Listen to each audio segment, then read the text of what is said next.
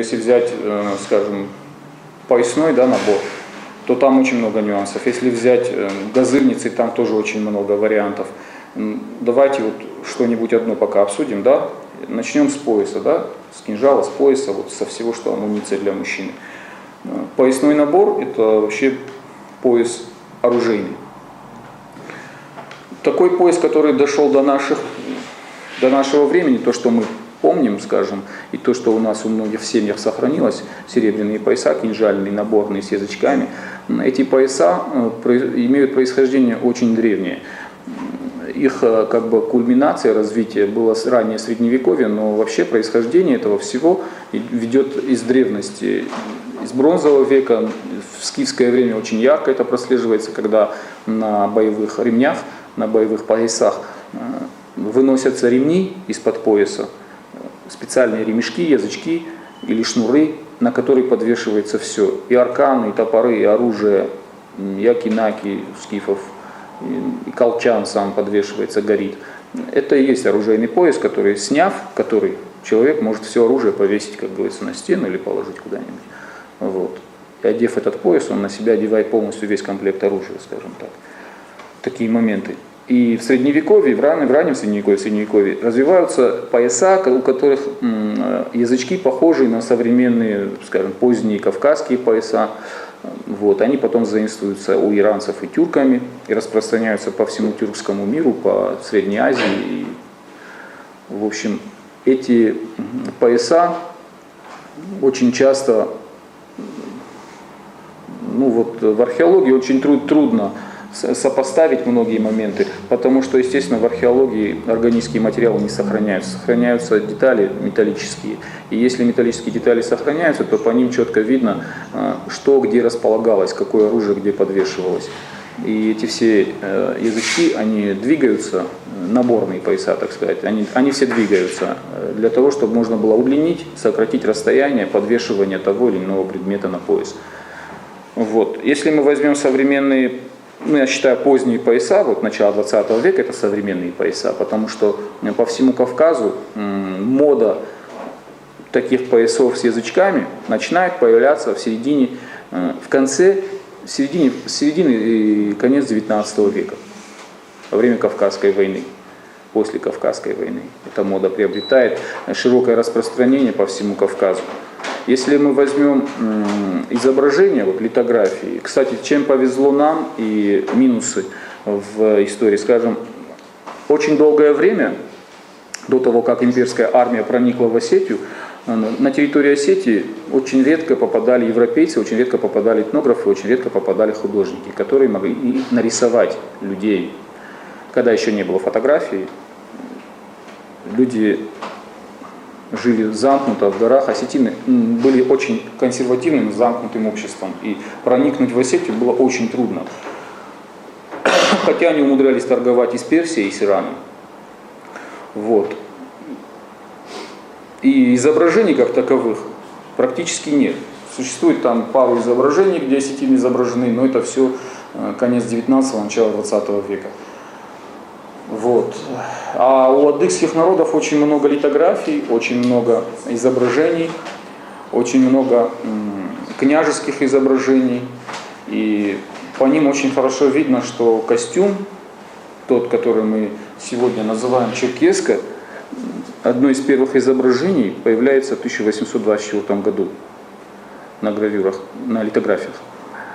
Костюм похожий на черкеску, потому что первые костюмы, длинные кафтаны, на которых пришиты обоймы газырницы, они пришивались на широкие кафтаны, которые являлись по сути халатами.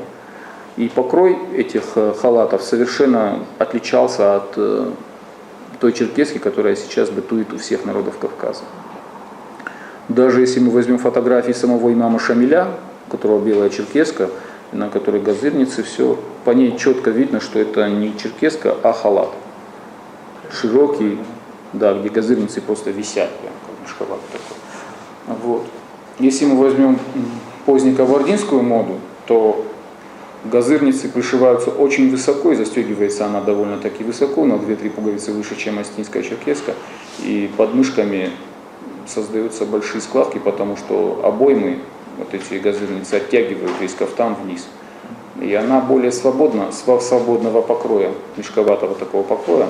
Она удобная, тоже удобная, но создается это удобство за счет того, что они высоко застегивают.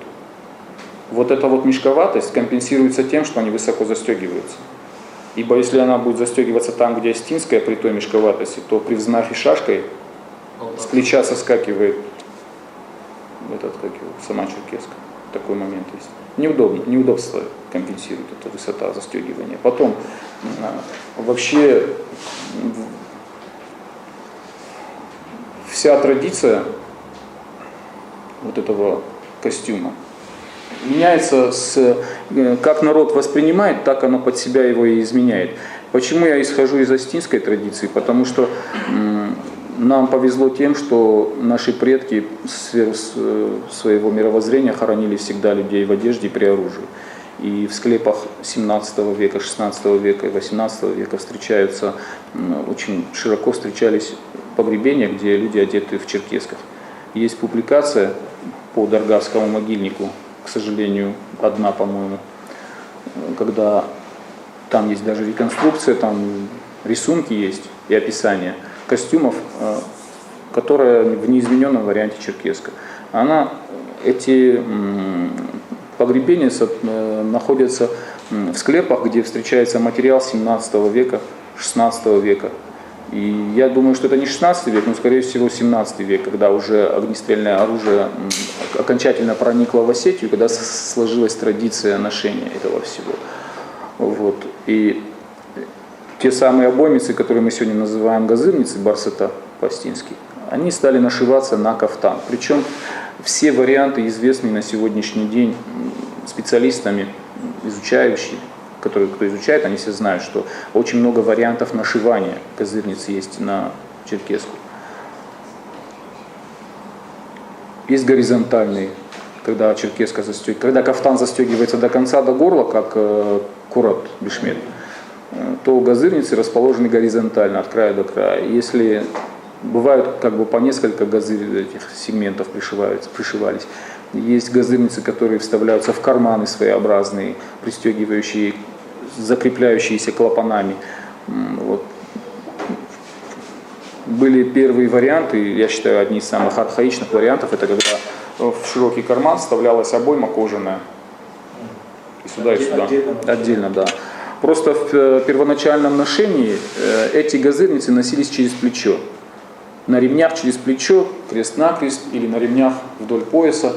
Вот то ношение крест-накрест как раз таки и сподвигло людей нарезать определенное количество газырниц и вставлять в карманы или пришивать. Изначально они были все очень часто кожаные, потому что обоймицы шились из кожи. Очень часто из красной кожи обшивались, лентами носились через плечо, и кольчужники носили их через плечо. Вот. Постепенно их стали пришивать просто пришивать, а впоследствии их стали шить из той же ткани, из которой сама черкеска пошла.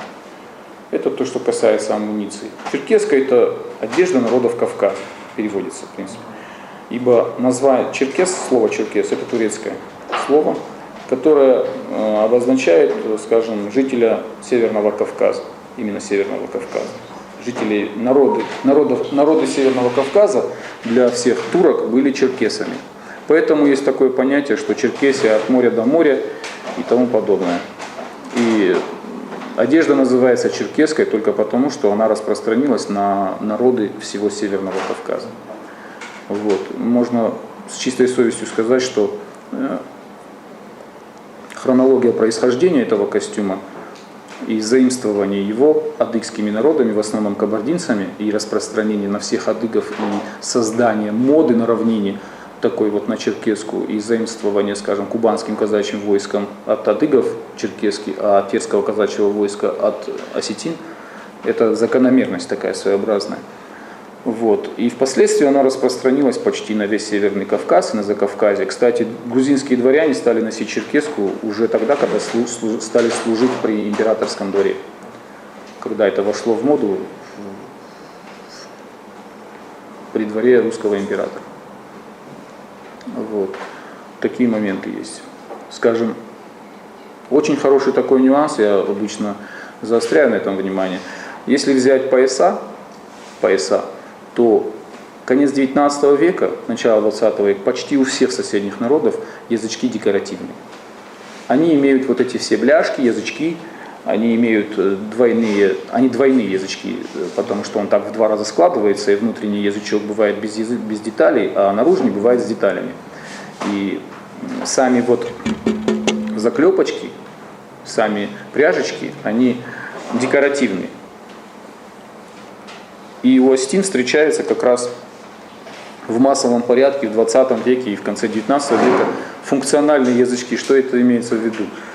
Пряжки и бляшки, которые находятся на язычках, они функциональные. Язычок можно двигать, удлинять, сокращать, он подвижный. Потому что у нас на всех, даже на фотографиях, видно на большинстве фотографий, что оружие носится на язычках. Эта традиция идет со Средневековья, когда на язычки вешались сабли, колчан, налуч, топор. Вот. И впоследствии на этих язычках стали вешать жирницы для пистолета, ключ для пистолета, ту же самую шашку и налуч точно так же. Вот. Он функциональный, он не просто декоративный. В отличие от осетин, все соседние народы в основном на этом поясе носили только кинжал. Скажем, обувь, да, то, что есть разные виды обуви, да, там ноговицы, цельнокроенный сапог, не цельнокроенный сапог, а полноценный сапог, высокий, выше колена, причем верхняя часть колена закрывалась до 27-28 сантиметров, это почти ботфорт получается. Вот. Очень часто их шили разного цвета, из деталей разного цвета, тоже обозначала статусность и тому подобное. Вот. Высокий сапог называется хатбента, он само название о себе говорит. А раздельные называются джангайта, это ноговицы, и забрта. Это самый распространенный вариант обуви, потому что, в принципе, ноговицы появляются в скифо-сарматское время, это одежда всадников. Это атрибут, который необходим для всадника, чтобы не пачкать просто-напросто штаны об лошадь. Легче вытереть кожаные ноговицы от пота лошади, чем штаны стирать каждый раз. Да. Вот такие моменты есть. Потом, очень удобно, когда нижняя часть обуви отдельно, она снимается.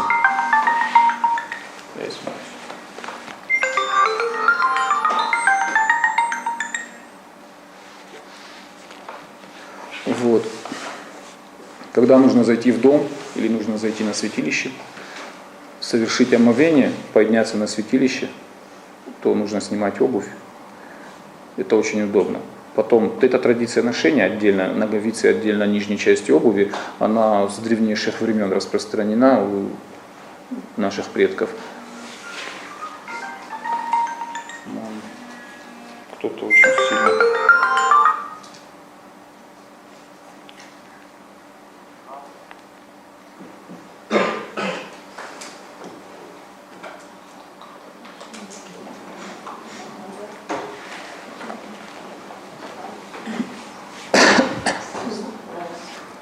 Вот. В разное время была разная мода просто. Например, есть моменты, когда вот то, что мы сейчас называем получиги, которые на шнурках, такого в принципе никогда не было, но имеется в виду полнокровные получиги, то, что вот сейчас танцоры называют, это забрта с высоким верхом. Вот такие. Носились вместе с ноговицами поверх ноговиц. Это и в скифское время, и в сарматское время. Вот, и в аланское время. Потом есть в определенные времена разные формы. Это когда появляются верхушки, когда срезаются как ушки, такими красивыми дугами. Вот. Потом есть с короткими ушками чувяки, их засовывают под ноговицы, и внешне выглядит обувь как цельная обувь. Вот такой набор обуви у нас есть, мы его одевали, экспериментировали, очень хорошо танцевать на носках, никто даже не видит, что это не цельнокроенный сапог. И очень большая проблема, я думаю, что я всегда так считал, честно говоря, что современная хореография, так скажем, уничтожила этнографию. Потому что все хореографические элементы и в танце, и в одежде, они вытесняли этнографические элементы. Потому что если мы возьмем сейчас боевой костюм полный, если мы оденем антикварное оружие, если мы оденем все пороховницы и хотя бы пистолет на человека и нагайку еще в руки ему дадим, грубо говоря, то ему будет довольно-таки трудно станцевать те танцы, которые у нас сейчас с элементами сальто там и тому подобное, да, с трюками. И у нас тут есть парень, мой друг, который видел видеозапись, как астины танцуют с кинжалами во время Первой мировой войны. Сейчас ни один танцор такой не станцует, это я вам точно говорю. Потом про эти танцы, которые сейчас у нас происходят. Почему танцы? Потому что это отражение, почему я зацепляю танцы? Потому что это отражение того мира, который был когда-то. Причем довольно-таки не всегда хорошее отражение. Это попытки создать какую-то, сохранить какую-то отголосок культуры. Вот. И пока эти танцы не начнут, не перейдут в ту категорию, которая на самом деле пытается сохранить эти этнографические элементы, ничего у нас не произойдет. У нас будет движение в сторону шоу. Есть два варианта. Движение в сторону шоу и движение в сторону этнографии. Эти оба направления имеют право на жизнь, они нужны, в принципе, я считаю. И то нужно. Вот. Но если мы будем только в одну сторону двигаться, то у нас ничего не получится. Вот. И я тоже считаю, что не обязательно сегодня, когда мне говорят многие, ты вот всех достал, вот все должны сегодня на работу ходить в черкесках, типа как Кадыров сказал. Я говорю, нет, дело же не в том, чтобы ходить на работу в черкесках. Есть в республике, есть у народа очень серьезные праздники, очень серьезные вехи в жизни человека, когда он обязан надеть национальную одежду, причем выглядеть так, как выглядели его предки. И если человек в каких-то элементах выглядит неадекватно, то лучше не одевать. Просто не одевать.